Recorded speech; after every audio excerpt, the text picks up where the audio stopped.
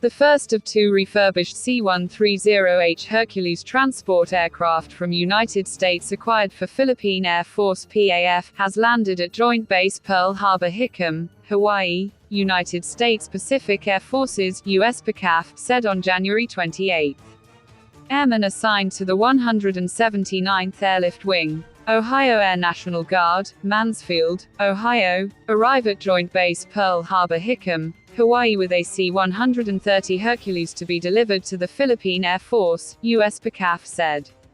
The delivery signifies the close alignment of PAF-Pacific Air Forces relations and illustrates PACAF's commitment to the U.S.-Philippines Mutual Defense Treaty of 1951, it added. The said acquisition is funded jointly by the Philippine government and U.S. through its Foreign Military Financing Program.